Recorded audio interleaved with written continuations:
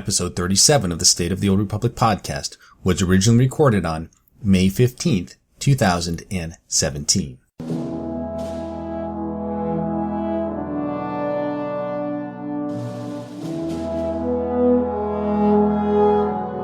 It's the State of the Old Republic podcast.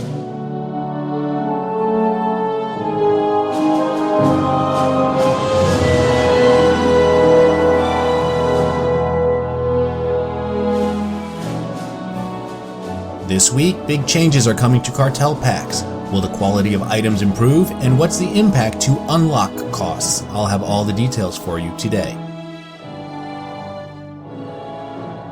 Also this week, could we finally get weapons added to the outfit designer? I'll tell you what Charles Boyd had to say about it. Keith Koenig is still working on his producer's roadmap. I'll give you the updated timeline and some details on features coming in Game Update 5.2.2. Finally this week, I sided with the Empire on Iocath, but got Alara Dorn as a companion. I'll explain how. And with that, it's time to make the jump to Lightspeed and check out the State of the Old Republic. Well, welcome to episode 37 of the State of the Old Republic podcast. I'm your host, Ted, and as you heard in the opening, I have another terrific show lined up for you today. First, let's review some announcements for the Old Republic. Well, all of the May the 4th events are over, including the Double XP event and the half-price collection unlocks. You should have your May the 4th droid pet as well. I think there was a delay in getting that out to everyone, but you should have it now. Also, a quick PSA for Windows 10 users. I upgraded to the Creators Update and am having some issues with SWTOR crashing. The launcher works fine, but when the game comes up and I'm at the loading screen, the game will sometimes crash. Now, I don't have a solution. There are some threads on the forums where others are having the same problem. What does work for me is when I launch SWTOR is that I do nothing until I'm on the loading screen and then I log on with a character. Any alt-tabbing or app switching seems to trigger the crash. So if you are having this issue when you launch SWTOR, you might want to try taking your hands off the keyboard until you're ready to log on. So that's all the announcements I have. Let's slice the HoloNet and get to the news this week. So first up, starting on May 16th, big changes are coming to Cartel packs once again. Here is what Eric Musco posted on the forums. Starting with the Steadfast Champion pack on May 16th, you will now receive the following. 1 new pack item, 1 Grand Chance Cube, 2 miscellaneous, Java scraps, and companion gifts. Additionally, packs will now only contain silver, gold, and platinum rarity items. What this change means is that you will more consistently get new pack items, since one is guaranteed in each pack, and you will have a much greater chance of getting silver, gold, and platinum items than you did previously. Our plan moving forward is that we are not going to be making bronze quality armor sets, decorations, etc. any longer. Our focus is to ensure the new items in each pack are of the highest quality, giving you greater value for your investment. Let us know what you think. Thanks, everyone. Now, many people read this and had the same thought I did, which is silver is the new bronze. The reality is when it comes to quality and what looks nice or is cool, it's all in the eyes of the beholder. And rarity was more often about cost and availability rather than desirability. And Eric did address this when he wrote, "We view the rarity of an item to be a reflection of the art time and quality of each item. This can be subjective to the player, though, based on what they like. So although you will receive more silver than items than before, instead of bronze, those items should be of a higher quality." Now, as I said, whether or not something looks good or is cool is completely subjective. For example, I like the Hoth Ranger's outfit. It's a bronze quality item, and I know a few people who don't like it, but I think it's a great cold weather outfit. To me, the problem here moving forward is the cost of unlocking items in the collections. And bronze items are cheap to unlock at 60 Cartel coins. With the removal of these items moving forward, it's going to mean it's going to be a lot more expensive to unlock items. And Eric did respond to this concern as well when he said, "The team is aware of the concern regarding collection unlock prices and will be talking about options.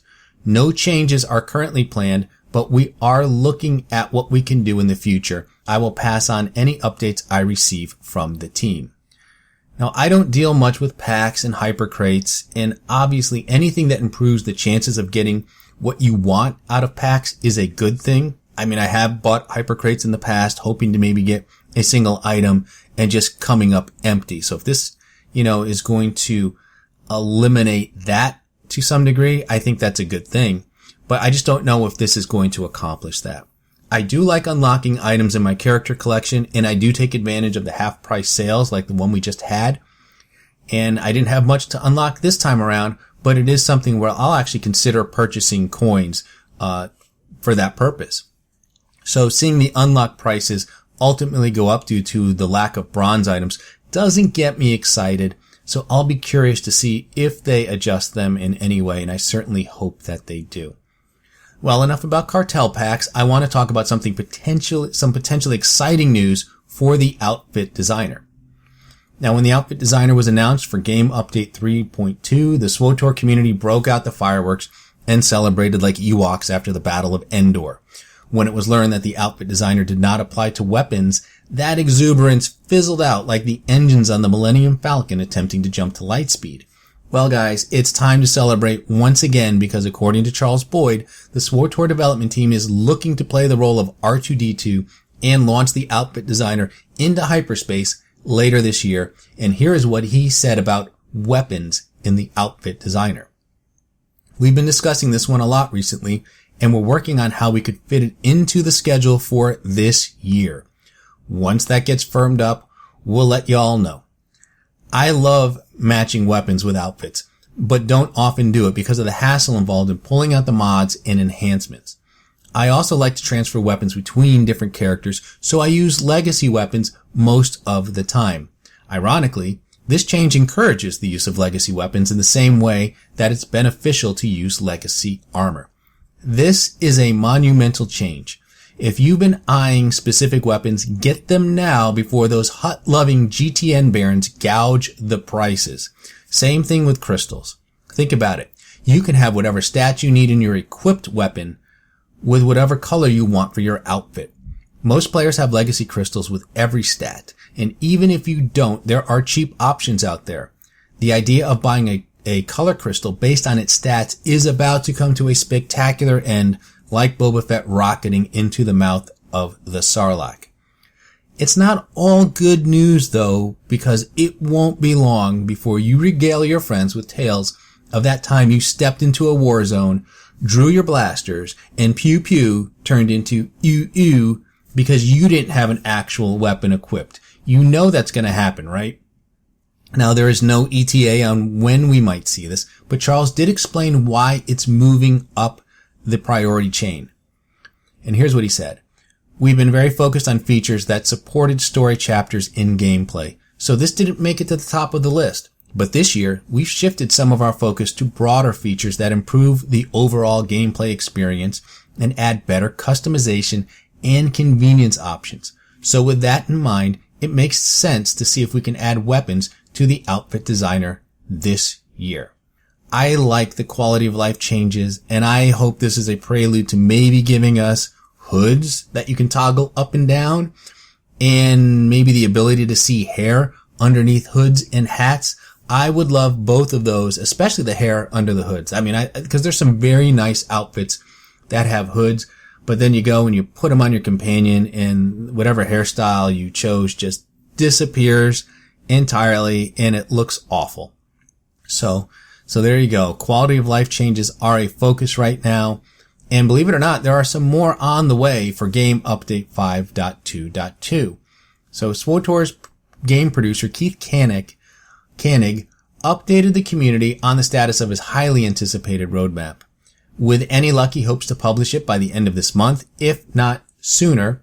Here's what Keith wrote. Hey everyone. Wanted to provide an update on my first producer roadmap, but getting it published is taking longer than I anticipated. Partly my own fault as my dad came to visit, and I took a few days off over the past couple of weeks to spend time with him. This ultimately slowed my progress, but I am back in full swing now and pushing to get the roadmap completed. I honestly thought I would have the roadmap done and communicated already, but I realistically need more time to finalize it. Translated, that means end of this month, but with full intention of delivering it sooner. This is not something I wanted to tell you, but I promised to keep you up to date on what's happening. While you continue to wait, here's a few highlights of Game Update 5.2.2 scheduled for mid-June, yes, 2017. The Nar Shaddaa Nightlife event returns with old and some awesome new rewards.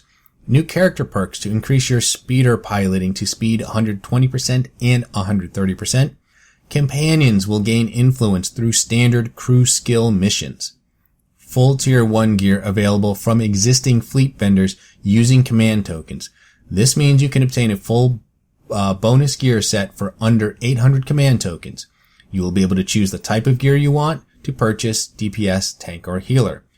We made a variety of changes to Galactic Starfighter, primarily aimed at reducing the cost, increasing requisition awards, and offering all players a gunship and bomber as standard ships available in your hangar. I will continue to pass on roadmap updates as I have them. We do have an exciting year ahead of us, and I look forward to sharing it with you. Despite the delay, I am impressed by Keith's level of communication and transparency about his progress with the roadmap. He gives us explanations and not excuses. His post is a perfect example of what I look for from the developers. He explained why the roadmap is delayed and took responsibility for it. He provided an updated time frame on when we can expect it. And he surprised us by throwing in a few nuggets of information on features coming in Game Update 5.2.2, along with an estimate on when 5.2.2 will go live. And again, we're looking at mid-June. So let's talk about some of the features coming in Game Update 5.2.2. And if you listened to episode 36 of the podcast, then you heard me talk about some of these as they were data mined from the PTS game files. So the nightlife event returns, right? So, say it with me. I love the nightlife. I got a boogie. Okay, maybe that wasn't such a great idea, but I do love the nightlife event. And the event didn't happen last year, so it is overdue. And Keith mentioned new rewards, and rumor has it that one is a Grimorian Guard companion, and another is a new Thuvasaur mount. And in case you're wondering, Thuvasaurs are dewback-like creatures. Now, just like real gambling, the nightlife event is designed to suck your bank account dry, so start saving those credits now as it looks to return in mid-June. He talked about companion influence and said companions, will now gain influence from standard crew skill missions. Thank the Force. I shared my thoughts on companion influence on episode 7 of the podcast. In short, I'm not a fan. In slightly longer, the influence system runs counter to the idea of running with whatever companion you feel like at any given time. So I hope the amount of influence gained from standard crew skill missions is worthwhile. In fact, actually, I hope they gave this task to an intern who screws it up by making a 20-second level 1 mission grant as much influence as a 30-minute level 10 mission. And I hope the amount of influence gained is a lot. And by a lot, to quote Theron Shan, I mean a lot. Game Update 5.2.2 will introduce 2 new speeder piloting ranks as character perks. We can boost our mount speed to 120 and 130%. For 5 years, I've lived happily with Speeder Rank 3. At no time did I wish I could go faster. Even today, I'm content with Speeder Rank 3. Once we have Speeder Rank 4 and 5, I will no longer be content with Speeder Rank 3, and therein lies the problem. Speeder Ranks 1 through 3 are free. Sure, you can pay credits or coins and get them a few levels earlier. I once paid for Speeder Rank 3, and then I cried like a baby when 10 minutes later I was at the level to train for it through questing. Speeder Ranks 4 and 5 will cost money or coins, and with today's inflation, they will likely cost millions. Will I part with my money? Of course I will, but I won't be happy about it. And by the way, I hope they adjust the Refer a Friend mount to move at Speeder Rank 5. One of the great things about that mount, and it's called the Cartel Alliance, is it goes 110% speed regardless of your piloting skill, which means, if you get speeder rank 1 at level 1, which that's the one thing I do recommend paying for, by the way, is that first speeder rank. Then you hop on this mount and you're going at 110, you're going at the fastest mount speed on level 1, which is really cool. But now with the new speeder ranks, they probably won't adjust it, and that will just diminish the value of this mount by a little bit. Alright, so also in Game Update 5.2.2, you can purchase Tier 1 gear for command tokens. Now this is a great change, and I talked about this in episode 36 as well. If they decide to introduce a 5th tier of gear, then this paves the way to adjust the rank so that 1 through 100, grant Tier 2, 101 through 200 grant Tier 3, and 201 to 299 grant Tier 4, and then rank 300 grants Tier 5, because there's going to be a Tier 5, right? I absolutely believe that before this expansion is over, we will get a 5th tier of gear. And also it should be noted that this isn't just set gear, but it includes relics, implants, earpieces, and weapons. So it's anything that you could get from Tier 1, you'll be able to get for command tokens. And finally, Galactic Starfighter is getting some love. I'm only just beginning to dabble in GSF. I don't hate it, but I don't love it like I do PvP. And GSF is probably the most ignored thing in SWTOR right now. So maybe this is a stepping stone to actual gameplay changes. I don't know, but one can dream. So that's all we know about 5.2.2, which is coming in mid-June. I now wanted to step back and talk about something from Game Update 5.2. So earlier this week, I went to the companion terminal on Odessen to get back a couple of companions from Knights of the Fallen Empire / Eternal Throne, and I noticed I had the option of getting Alara Dorn back from the terminal, even though I sided with the Empire in the Iocath storyline. Now, my first reaction was, this has to be a bug. So I sent a tweet to Charles Boyd, and this is what he said. That's intended. The terminal mostly ignores story. So, yeah, getting Alara Dorn and Quinn, if you sided with the Republic, is from the companion terminal, is absolutely intended. Now, I'm a big fan of the idea that you can kill a companion and then get them back from the terminal. In this case, though, I'm not sure you should be able to do this since Alara never really joined the Alliance. She rejected us, same with Quinn, and not the other way around. And it seemed weird getting her back because I never really felt like I had her as a companion to begin with. And as I said, I like the option of getting companions back from the terminal and not being punished for the story choices that we make. But where do you draw the line? I mean, what about Tanovic? We don't get him back. Should he be an option? And I haven't tried this, but I assume if you reject companions from an Alliance alert, which you can do for some, that they're gone for good. I don't reject companions, so I don't know about that. But again, I'm just going to assume that, if that's the choice you make for those Alliance alerts, that you're done. That's permanent. You can't get them back from the terminal. Like I said, I may go on another tune and try that just to prove that out. But I think that's the case.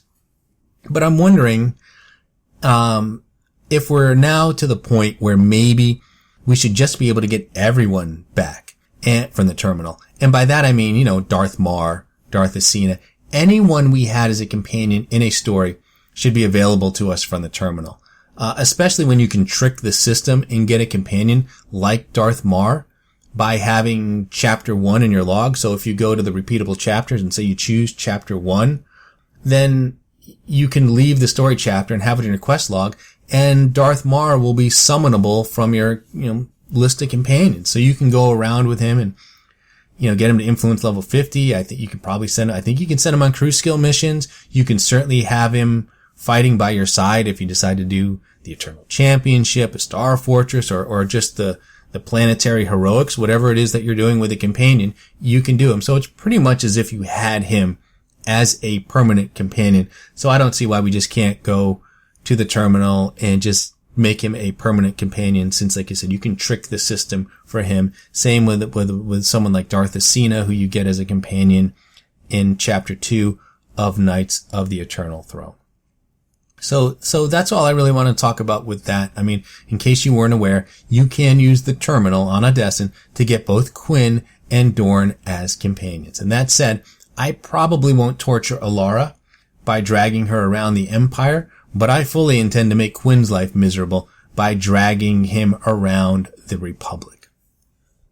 My final topic this week is PvP. As you know from listening to the last couple of episodes, I'm really enjoying PvP. In fact, most of my time in-game this week was spent playing PvP. And if you're like me and are new to PvP, I recommended taking a baby steps approach towards it. And step 1 was to make sure you have fun, right? Get to the point where whether you win or lose, you want to keep going back. And step 2 was then to learn the objectives of each war zone so you could contribute to the battle and be an asset to your team. After all, war zones are a lot more fun when you win. The third thing I want to talk about today is learning your class. And what you need to realize is the skills you learn in PvE may not help you all that much in PvP.